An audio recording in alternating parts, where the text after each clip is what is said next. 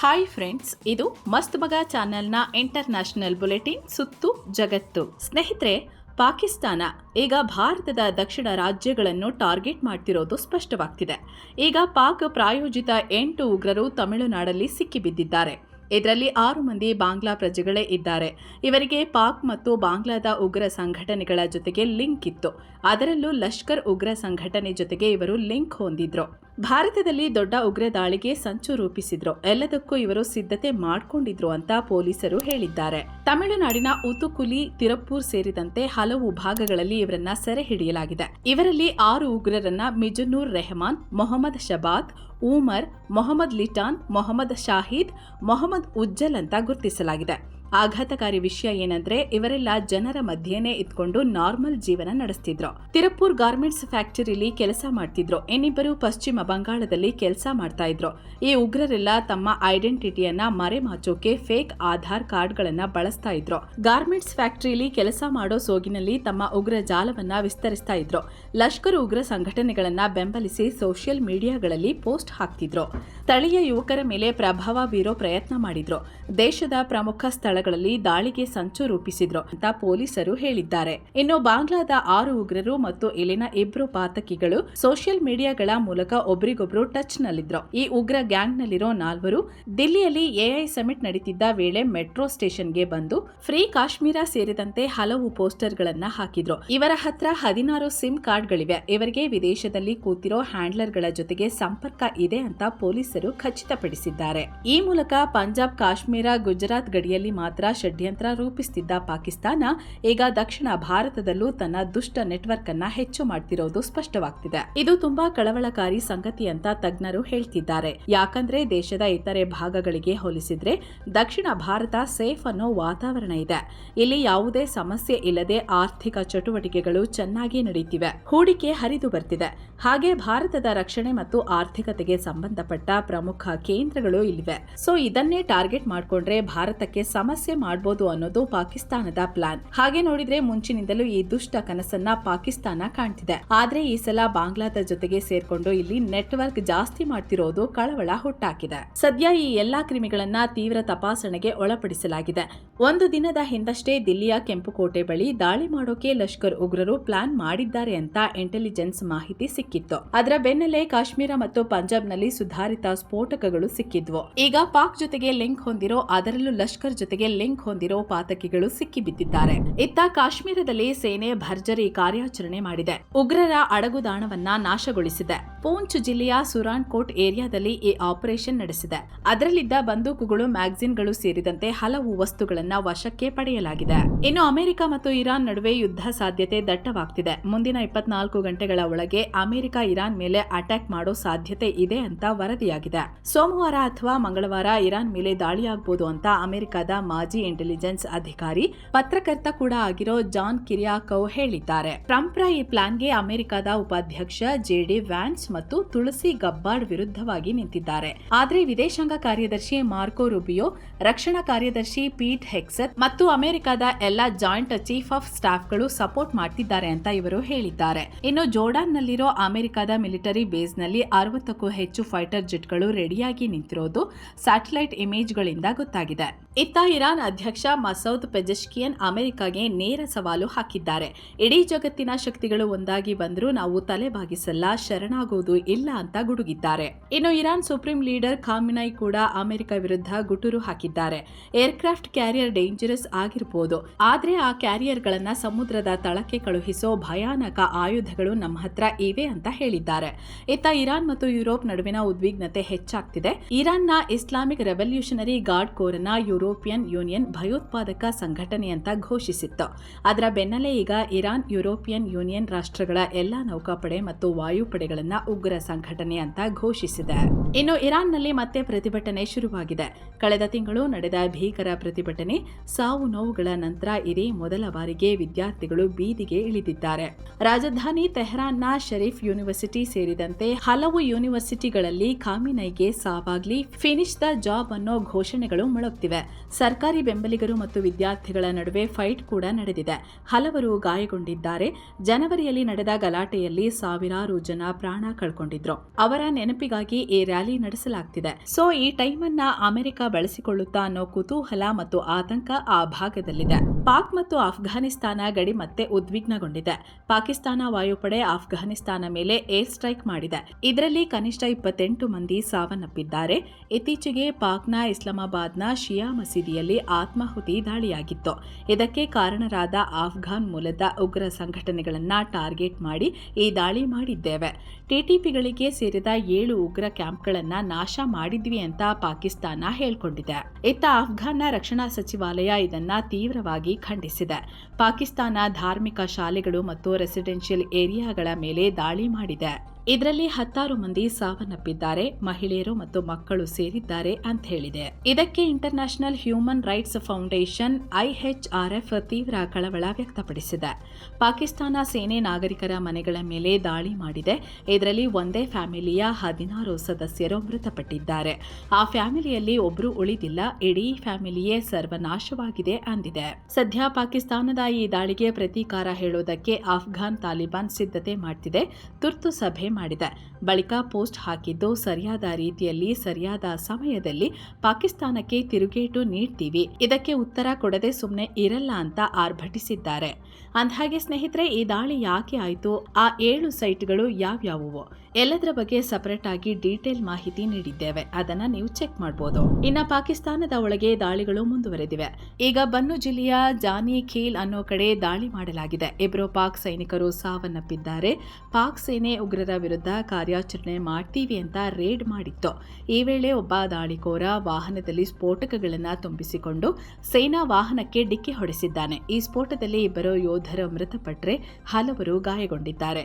ಇನ್ನು ಈ ದಾಳಿಗೆ ಪ್ರತಿಯಾಗಿ ಪಾಕ್ ಸೇನೆ ನಡೆಸಿದ ಫೈರಿಂಗ್ನಲ್ಲಿ 5 ಉಗ್ರರನ್ನ ಹೊಡೆದಾಕಲಾಗಿದೆ. ಹತ್ಯೆಯಾದ ಉಗ್ರರು ಟಿಟಿಪಿ ಸಂಘಟನೆಗೆ ಸೇರಿದವರು ಅಂತ ಅಲ್ಲಿನ ಸೇನೆ ತಿಳಿಸಿದೆ. ಟ್ಯಾರಿಫ್ ವಿಷಯವಾಗಿ ಅಮೆರಿಕ ಅಧ್ಯಕ್ಷ ಟ್ರಂಪ್ ಮತ್ತು ಅಲ್ಲಿನ ಸುಪ್ರೀಂ ಕೋರ್ಟ್ ನಡುವೆ ಸಮರ ಶುರುವಾಗಿದೆ. ಇಷ್ಟ ಬಂದ ಹಾಗೆ ಟ್ಯಾರಿಫ್ ಹಾಕೋಕೆ ನಿಮಗೆ ಅಧಿಕಾರ ಇಲ್ಲ ಅಂತ ಸುಪ್ರೀಂ ಕೋರ್ಟ್ ಒಂದು ದಿನದ ಹಿಂದಷ್ಟೇ ಆದೇಶ ಕೊಟ್ಟಿತ್ತು. ಅದರ ಬೆನ್ನಲ್ಲೇ ಟ್ರಂಪ್ 10% ಗ್ಲೋಬಲ್ ಟ್ಯಾರಿಫ್ ಹಾಕಿದ್ರು.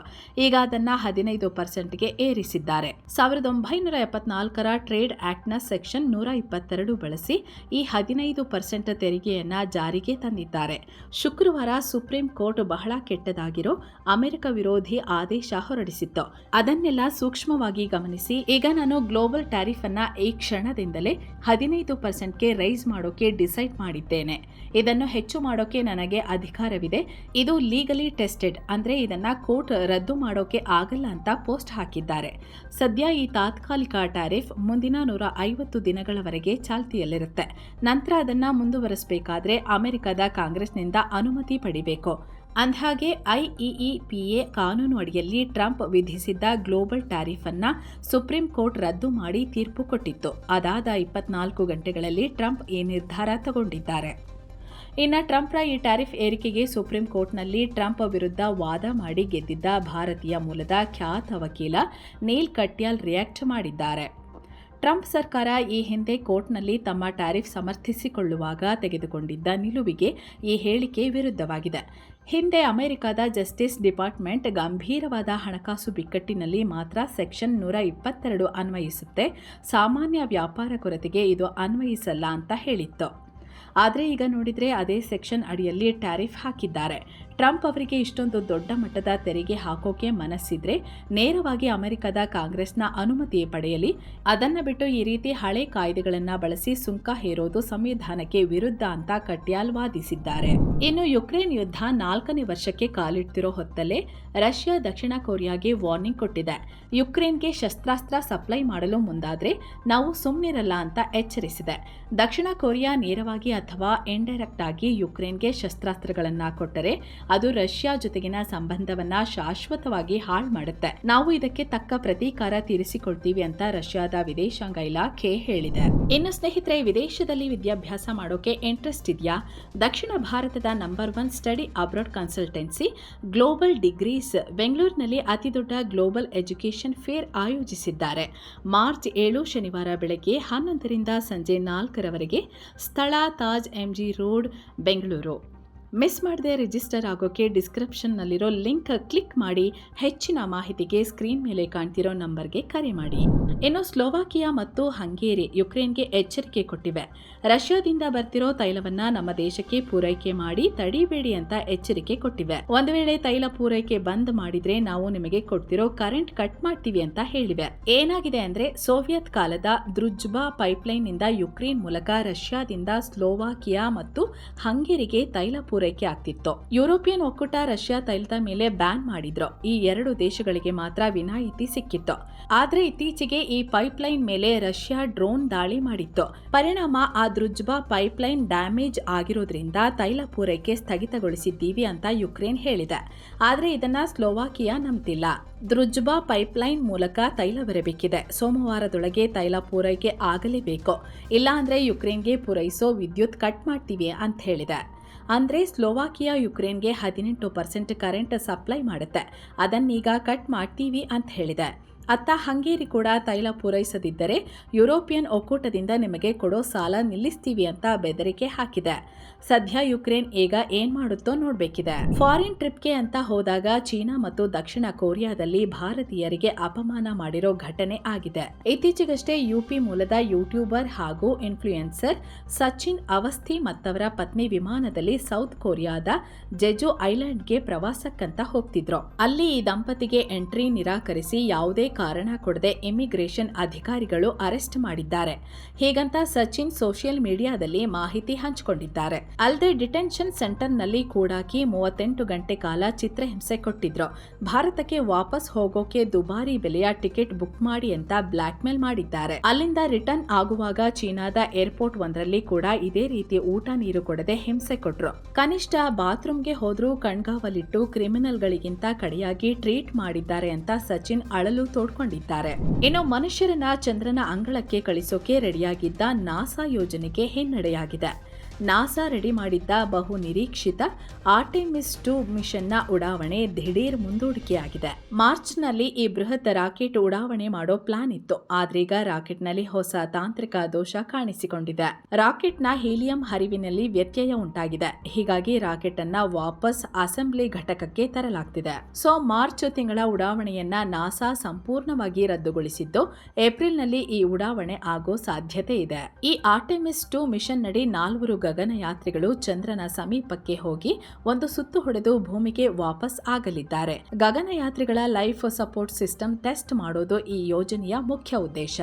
ಇನ್ನು ವಿಶ್ವದಲ್ಲೇ ಅತಿ ಹೆಚ್ಚು ಕ್ರಿಮಿನಾಶಕ ಬಳಸಿ ಪರಿಸರಕ್ಕೆ ವಿಷ ಉಣಿಸ್ತಿರೋ ಟಾಪ್ 4 ರಾಷ್ಟ್ರಗಳ ಪಟ್ಟಿಯಲ್ಲಿ ಭಾರತ ಕೂಡ ಸೇರ್ಕೊಂಡಿದೆ ಅಂತ ಜರ್ಮನಿಯ RPTU ಯೂನಿವರ್ಸಿಟಿ ರಿಪೋರ್ಟ್ ಕೊಟ್ಟಿದೆ. ಜಗತ್ತಿನ ಒಟ್ಟು ಕ್ರಿಮಿನಾಶಕಗಳ ವಿಷಯದಲ್ಲಿ 53% 68% ಪಾಲು ಕೇವಲ ಭಾರತ, ಚೀನಾ, ಅಮೆರಿಕ ಮತ್ತು ಬ್ರೆಜಿಲ್ ದೇಶಗಳಿಂದಲೇ ಸೇರ್ಪಡೆಯಾಗ್ತಿದೆ. ಅದರಲ್ಲೂ ಭತ್ತ, ಮೆಕ್ಕೆಜೋಳ, ಸೋಯಾಬೀನ್ ಹಾಗೂ ಹಣ್ಣು ತರಕಾರಿ ಬೆಳೆಗಳಿಗೆ ಹೆಚ್ಚು ಬಳಸ್ತಿದ್ದಾರೆ. ಇದರಿಂದ ವಿಷಕಾರಿ ಕೆಮಿಕಲ್ಗಳು ಪರಿಸರ ಮತ್ತು ಜೀವಸಂಕುಲಕ್ಕೆ ಅಪಾಯಕಾರಿಯಾಗಿ ಪರಿಣಮಿಸಿವೆ ಅಂತ ಹೇಳಿದೆ. 2030ರ ವೇಳೆಗೆ ಕ್ರಿಮಿನಾಶಕ ಬಳಕೆಯ ಅಪಾಯವನ್ನ ಅರ್ಧದಷ್ಟು ಕಡಿಮೆ ಮಾಡಬೇಕು ಅಂತ ವಿಶ್ವಸಂಸ್ಥೆ ಟಾರ್ಗೆಟ್ ಹಾಕೊಂಡಿದೆ.